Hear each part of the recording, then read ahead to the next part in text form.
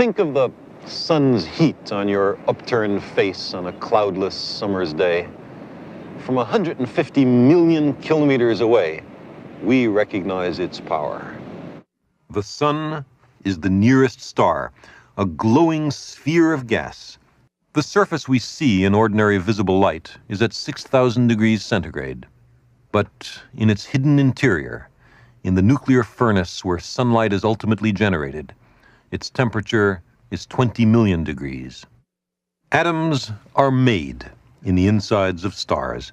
Our planet, our society, and we ourselves are built of star stuff.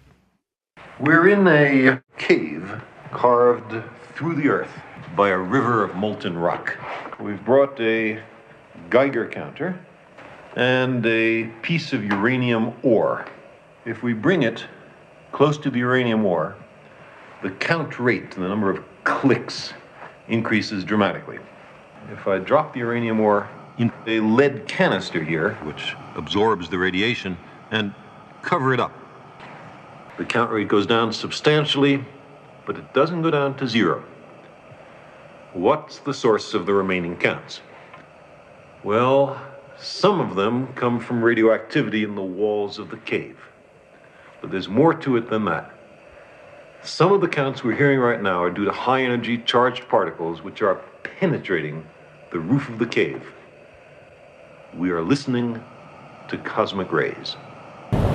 When's the last time you watched Cosmos with Carl Sagan? Recently, actually. Really? Yeah, I showed it to my kids a couple of years ago. Empire Strikes Back and Cosmos were probably two of my formative influences at the age of 6.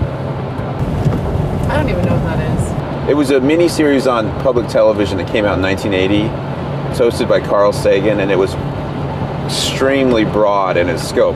He popularized not only science, but a love for science and a perspective on science and society that I thought was just magnificent. I can appreciate so much more now as an adult going back and watching it.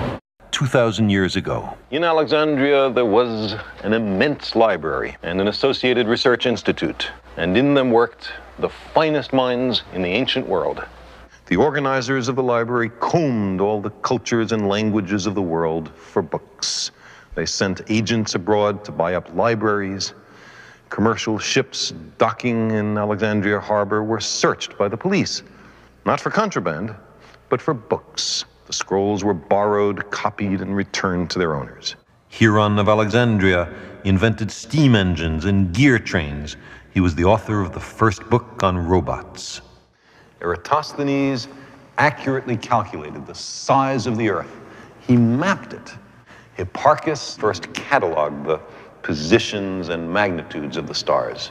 Euclid produced a textbook on geometry, which human beings learned from for 23 centuries.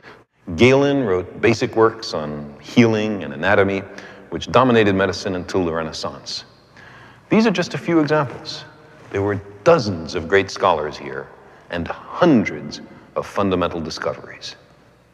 The glory you see around me is nothing but a memory. It does not exist. It's as if an entire civilization had undergone self-inflicted radical brain surgery so that most of its memories, discoveries, ideas, and passions were irrevocably wiped out. Here were clearly the seeds of our modern world.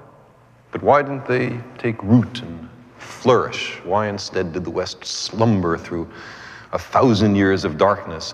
Science never captured the imagination of the multitude. There was no counterbalance to stagnation, to pessimism, to the most abject surrender to mysticism.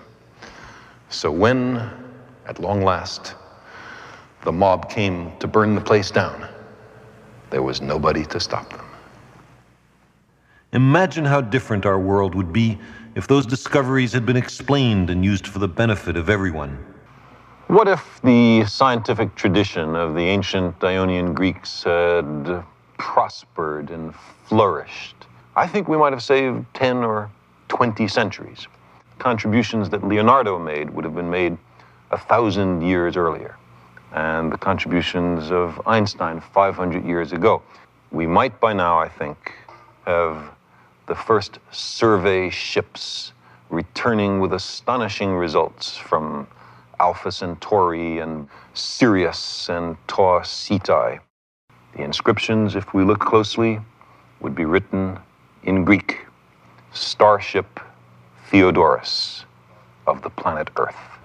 We like to think of our march forward into progress as a march forward in a linear thing, but I think what he was saying is that's not necessarily true. Human beings have been superstitious and fearful for most of their history, and an era of enlightenment has been a relatively short space of human history, and by no means assured that it will continue in that manner. I am worried that without access to affordable and sustainable energy, we will literally not only revert to barbarism, but revert to social institutions like slavery. And I mean that with all seriousness. The basic reason we're interested in nuclear power as an energy source is because it represents an energy density far in excess of chemical energy. E stands for energy, M for mass, and c squared is the speed of light multiplied by itself.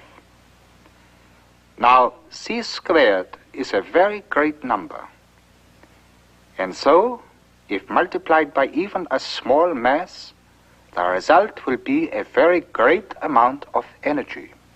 Nuclear fission is 1,000,000 times more energy dense than a chemical reaction. Now, civilization has changed over advancements in technology a whole lot more modest than this.